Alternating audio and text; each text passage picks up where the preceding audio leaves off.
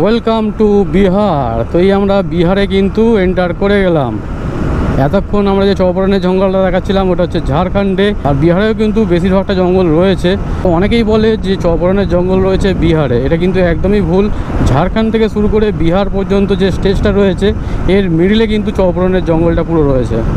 এবার আমি একটা পুকুর খুঁজছি, যদি পুকুর টুকুর পাওয়া যায় তাহলে দুপুরে স্নানটা কিন্তু করে নেওয়া যেত।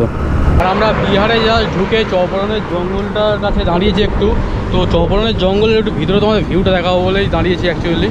তো এদিকে জাস্ট ভিউটা দেখো, ওয়াও। তো এদিকে যাওয়া যায় তো আমি যাওয়ার চেষ্টা করবো একবার, কারণ এই সমস্ত জায়গায় অ্যাডভেঞ্চার করতে কিন্তু বেশ একটা আলাদাই মজা লাগে। আমি তো এইরকম অ্যাডভেঞ্চার করতে অনেক ভালোবাসি। এই দেখো একদম অফবিট, কেউ কোনো দিন হয়তো এত জঙ্গলের ভিতরে ঢোকেনি। আর আমি তোমাদের দেখাবো বলে জাস্ট এই জঙ্গলের ভিতরে ঢুকেছি, সেই বিখ্যাত চৌপারনের জঙ্গল যেখানে ডাকাতদের বাস ছিল আগে। সেখানে তোমাদের ভাই দাঁড়িয়ে রয়েছে, আর তার সাথে তোমাদের সামনে তুলে হচ্ছে, ব্লগিং করছে। মানে ভাবা যায় চৌপারনের জঙ্গল এত গ্রিনারি কিন্তু থাকে না, যেহেতু বর্ষাকাল চলছে সেই কারণে প্রতিটা গাছের পাতা কিন্তু এখন সবুজ হয়ে উঠেছে। দারুণ দারুণ। আর এদিকে দেখো, এদিকে সব বৃষ্টি বৃষ্টি হয়েছিল হয়তো, এখানে জল টল জমে আছে।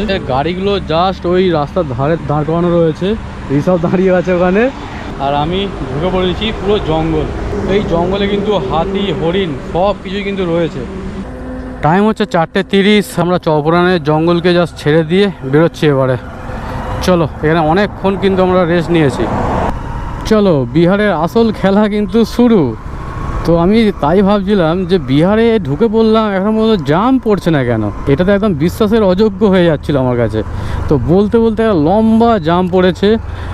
আর সত্যি কথা বলতে গেলে বৃষ্টিটা যদি না হতো না, আমরা এখনও পর্যন্ত হয়তো বিহারকে প্রায় শেষের পর্যায়ে ফেলে দিতে পারতাম। কিন্তু বৃষ্টিটা হয়ে পুরো আমাদের 12টা বাজিয়ে দিয়েছে। ভাই রে ভাই, বিহারের এক্সপিরিয়েন্স বরাবরের মতন খুবই খারাপ এখনও পর্যন্ত। বিহার সবে আমরা শুরুই করেছি, তার মধ্যে রাস্তার কন্ডিশন দেখো।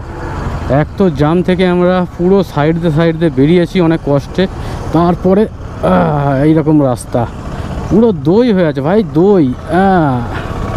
ওকে চলো, বাম দিকে যাওয়াই যাবে না। ও, সূর্য ওঠার পরে বিহারের যে গরম, আর কিছু বলার নেই। রাস্তা খারাপ, গরম, সব কিছু একসাথে। এতক্ষণ মেঘলা হয়েছিল, বেশ ভালোই ছিল। সূর্য মামার দেখা পেতে না পেতেই গরমে জাস্ট ফাটিয়ে দিচ্ছে আমাদের।